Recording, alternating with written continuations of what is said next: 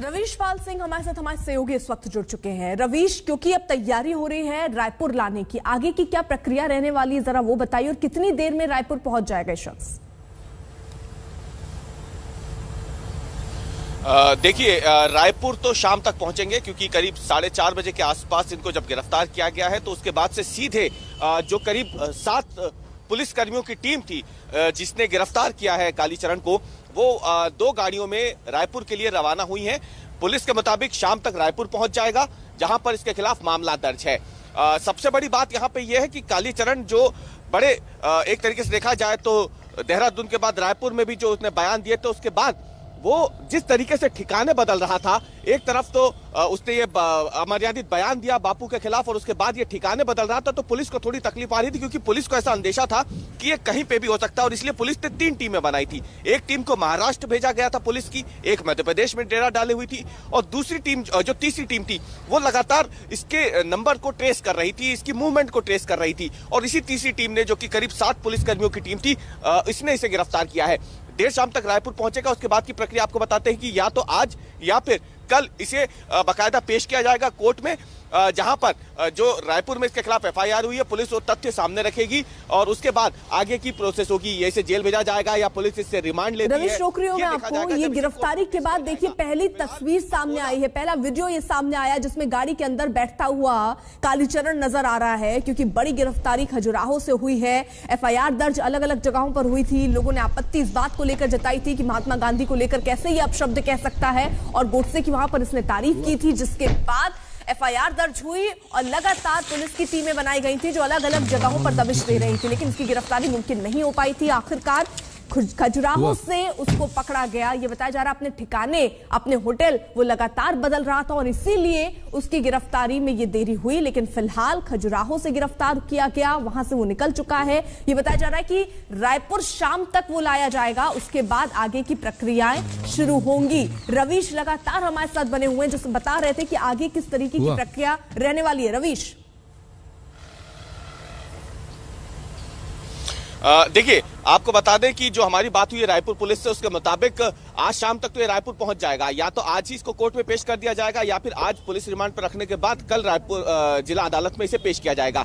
दूसरी बात यह है कि क्योंकि महाराष्ट्र में भी इसके खिलाफ मामले दर्ज है, तो महाराष्ट्र पुलिस को भी इसकी जानकारी दे दी गई है कि आखिरकार कालीचरण गिरफ्तार हो गया है। देखना यह है कि रायपुर पुलिस जब पूछताछ कर लेगी, उसके बाद अगर पुलिस रिमांड होती है तो क्या महाराष्ट्र पुलिस को भी इसमें शामिल किया जाएगा, क्योंकि पुणे और अकोला इन 2 जगहों पर भी कालीचरण के खिलाफ एफआईआर दर्ज की गई है। तो इसलिए महाराष्ट्र पुलिस को फिलहाल जानकारी दे दी गई है।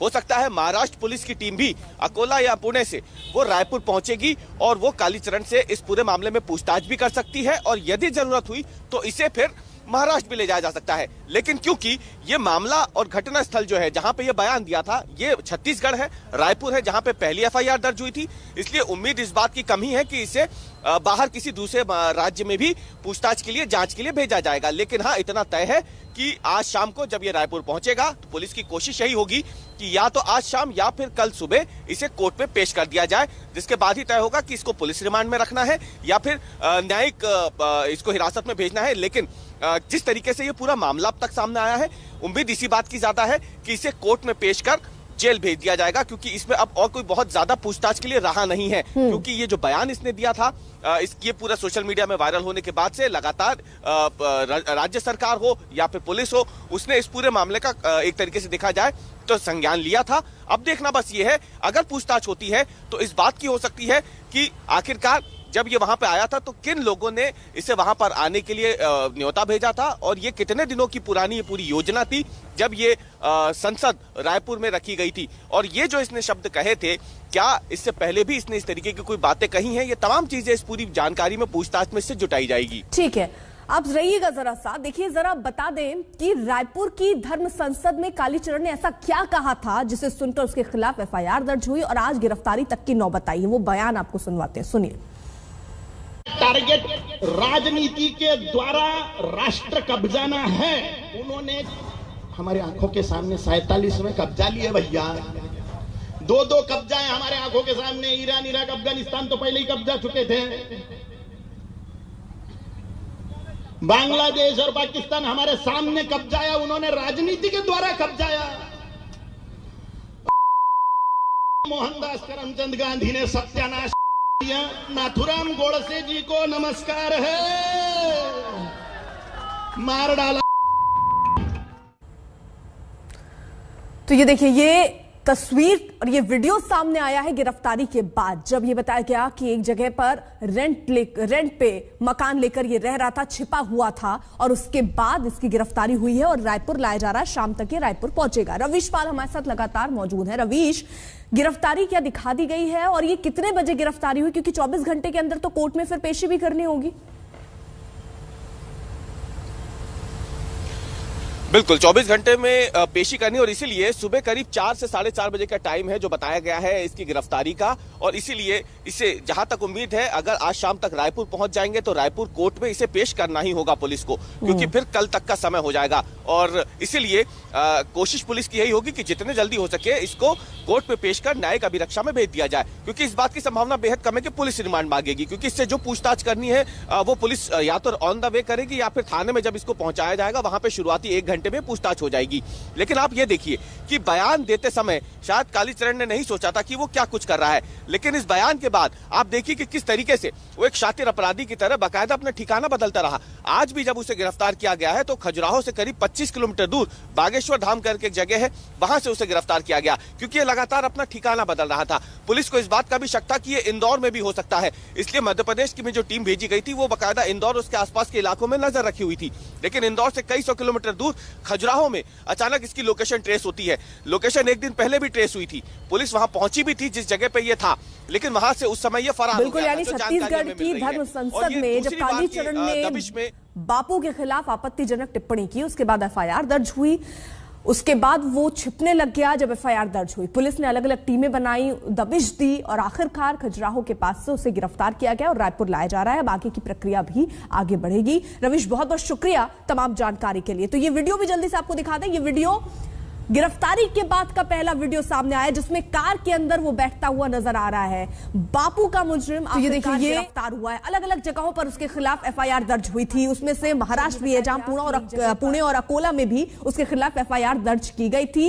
और उसके बाद से ही पुलिस लगातार कोशिश कर रही थी कि उसकी गिरफ्तारी हो। अलग अलग टीमें बनाई गई थी, जहां जहां वो हो सकता था वहां दबिश दी गई, लेकिन उसकी गिरफ्तारी मुमकिन नहीं हो पाई थी। बाद में यानी कल खजुराहो से उसको पकड़ा गया है। फिलहाल रायपुर लाने की तैयारी है।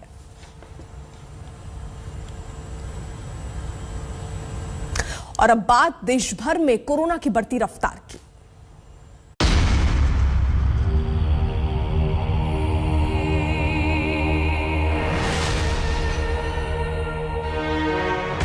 सभी को सूचित किया जाता है कि मास्क लगाएं, सोशल डिस्टेंसिंग का पालन करें।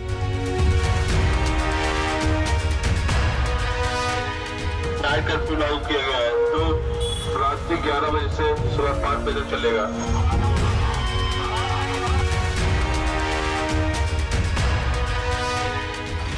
सभी दुकानदारों को मेरा अनुरोध है, 10:30 बजे तक अपने घर चले जाएं।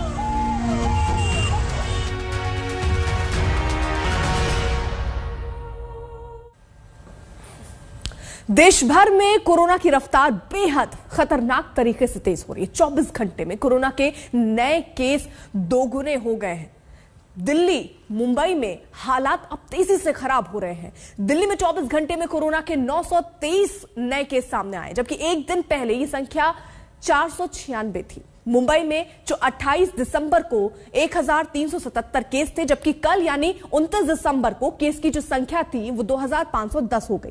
पूरे महाराष्ट्र में 29 दिसंबर को 3900 केस सामने आए हैं। और इसी को देखकर आप अंदाजा लगा लीजिए कि केसेस किस तरीके से बढ़ रहे हैं और हम खुद ही निमंत्रण दे रहे हैं तीसरी लहर को। ये देखिए, येलो अलर्ट दिल्ली में एहतियाती तौर पर जारी कर दिया गया है। रात 10 बजे से सुबह 5 बजे तक यहां कर्फ्यू समेत कई पाबंदियां रहेंगी और यही हालात उत्तर प्रदेश में भी है। रात 10 बजे से सुबह 5 बजे तक कर्फ्यू समेत कई पाबंदी यहां पे रखी गई है। हालांकि अभी इतने केसेस उत्तर प्रदेश में नहीं है, लेकिन एहतियाती ये कदम उठाए गए हैं। सबसे ज्यादा खराब स्थिति तो दिल्ली की है, जिसके बारे में हमने आपको बताया। वही मध्य प्रदेश में रात 11 बजे से सुबह 5 बजे तक कर्फ्यू लगा दिया गया है। वहीं उत्तराखंड में भी रात 11 बजे से सुबह 5 बजे तक कर्फ्यू लगाया गया। राजस्थान में भी कर्फ्यू लगाया गया 11 बजे से 5 बजे तक। वहीं हरियाणा में भी 11 बजे से सुबह 5 बजे तक कर्फ्यू लगाया गया। असम में रात 11:30 बजे से सुबह 6 बजे तक कर्फ्यू लगाया गया और 31 दिसंबर को मुख्य बात यहां है कि उसमें ढील दी गई है। वहीं गुजरात में 8 शहरों में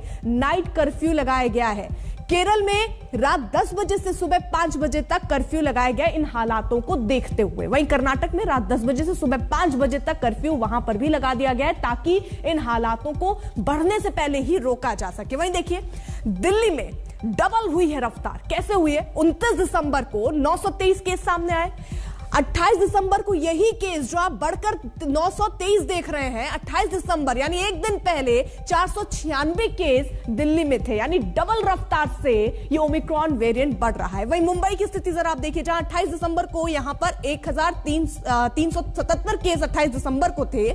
29 दिसंबर को यही केस बढ़कर 2510 पर पहुंच गए। यानी आप समझिए स्पीड इसकी कितनी है, क्योंकि पहले ही ये आशंका जताई जा रही थी कि ओमिक्रॉन जो है वो बहुत तेजी से बढ़ता है। 2 सहयोगी हमारे साथ जुड़ चुके हैं जो इस वक्त ग्राउंड पर मौजूद हैं और ग्राउंड की रियलिटी इस वक्त हमें बता देंगे। हमारे साथ 2 सहयोगी हैं। हिमांशु हमारे साथ मौजूद है और हमारे साथ मुस्तफा मुंबई से मौजूद है। सबसे पहले जरा दिल्ली का हाल जान लेते हैं हिमांशु से। हिमांशु, दिल्ली में एहतियाती कदम तो देखिए उठा दिए गए। पहले भी येलो अलर्ट दे दिया गया, नाइट कर्फ्यू की बात कर दी गई, लेकिन एक दिन में ही आंकड़ा डबल, यानी तैयारी भी डबल से ऊपर होनी चाहिए। क्या वो दिख रही है आपको? देखिए, 2 तरीके से सरकार यहां पर कोशिश कर रही है, 2 फ्रंट पर लड़ रही है। एक तो ये कि जो मेडिकल फैसिलिटी है उसको बढ़ाने की कोशिश की जा रही है कि अगर इसी रफ्तार से जो पॉजिटिविटी दर जो 1.29% बढ़ गए, अगर ये और बढ़ता है और केसेस की संख्या अगर बढ़ती है तो उसे कैसे निपटा जाएगा और किसी भी तरीके से जो मेडिकल फैसिलिटी है वो कम न पड़ने पड़े। दूसरी तरफ डॉक्टर्स की जो टीम है वो लगातार नजर बना के रखी हुई है कि जो मामले सामने आ रहे हैं उनमें जीनोम सीक्वेंसिंग की जा रही है कि ओमिक्रॉन के कितने मामले यहां पर सामने आ रहे हैं, तो वो देखा जा रहा है और उनके पूरे रूट को देखा जा रहा है कि जिन लोगों में ओमिक्रॉन के संक्रमण पाए गए उनकी ट्रेवल हिस्ट्री निकाली जा रही है, किन लोगों से मिले। दूसरी तरफ सरकार सख्ती बरत रही है और अभी नाइट कर्फ्यू लगाए गए हैं, बाजारों में भी थोड़ी सख्ती बरती गई है और दूसरी तरफ जो लोग हैं उनको भी अब समझाने की कोशिश और उनके खिलाफ भी अब सख्ती की जा रही है। क्योंकि बीच में हमने देखा था कि एक वक्त ऐसा आ गया था कि जब लोग एकदम फ्री फील करने लगे थे, मास्क उतर गए थे, बाजारों में बहुत ज्यादा भीड़ बढ़ गई थी और तो उसके बाद जब ओमिक्रॉन आया उसका खतरा दिल्ली की दिखा दी, तस्वीर वहां की दिखा दी, मुंबई की तस्वीर मुस्तफा क्या कुछ अलग है? तैयारियां किस लेवल पर आप देख रहे हैं? क्योंकि ये 2 शहर जो हैं वहां पर खतरा सबसे ज्यादा मंडरा रहा है, क्योंकि केसेस इन्हीं 2 जगहों पर सबसे ज्यादा हुए। मुंबई के हाल बताइए। जी बिल्कुल, कहा जा रहा है डॉक्टर की तरफ से मुंबई में तो तीसरी लहर आ चुकी है और इसके लिए 2 चीजें बहुत इंपॉर्टेंट रहेगी। एक तो लोगों का जो भीड़ है उस भीड़ को जितना हो सके उतना कंट्रोल करना, यानी कि दिल्ली में अगर आप देखें तो काफी ज्यादा रिस्ट्रिक्शन लगाए गए हैं, लेकिन मुंबई में हालांकि नाइट में लोगों को जमा होने की इजाजत नहीं है, लेकिन रेस्टोरेंट्स खुले हैं, मल्टीप्लेक्सेस खुले हैं 50% कैपेसिटी के साथ। तो जैसे ही अगर केसेस बढ़ते रहे तो नए साल में ये देखा जाएगा कि रिस्ट्रिक्शंस और भी सख्त हो जाएंगे। उसके साथ साथ जो हॉस्पिटल्स हैं उनमें कोऑर्डिनेशन बढ़ा दी गई है। ओमिक्रॉन के पेशेंट्स हर प्राइवेट हॉस्पिटल में मुंबई में एडमिट हो सकते हैं। वहीं पर 10 जंबो फैसिलिटीज जो बीएमसी की है वो एक्टिव कर दी गई है। अगर केसेस बढ़ते हैं तो ये सारी जंबो फैसिलिटीज को खोल दिया जाएगा, ओपन कर दिया जाएगा। तो ये सारी तैयारियां की गई है, लेकिन अब देखना ये होगा कि जो तीसरी लहर आती है वो अपने साथ किस तरह के चैलेंजेस लेकर आती है और उसे प्रशासन किस तरह से निपटता है। चलिए, आप दोनों का बहुत बहुत शुक्रिया तमाम जानकारी के लिए। तो देखिए, बार बार ये अपील डॉक्टरों की तरफ से की गई, सरकार भी ये कह रहे हैं कि अपनी सावधानी अपने हाथ ही है, तीसरी लहर को निमंत्रण नहीं देना है, इसलिए खुद को जागरूक बनाना है, जो कि बहुत जरूरी है। बढ़ रहे हैं आगे। यूपी से उत्तराखंड तक बीजेपी का चुनावी प्रचार युद्ध जारी है। कैसे चल रहा है ये युद्ध बताएंगे एक छोटे से ब्रेक के बाद। आप देखते रहिए आज तक। यूपी से उत्तराखंड तक बीजेपी का चुनावी प्रचार युद्ध जारी है। आज पीएम मोदी उत्तराखंड के दौरे पर है। हल्द्वानी में वो एम्स का शिलान्यास करेंगे। उत्तराखंड के लिए वो 17,000 करोड़ की सौगात का ऐलान भी करेंगे। वहीं गृह मंत्री अमित शाह की आज अलीगढ़, उन्नाव, मुरादाबाद में चुनावी रैलियां हैं। सीएम योगी आदित्यनाथ की पीलीभीत, गोरखपुर और महाराजगंज में रैलियां हैं।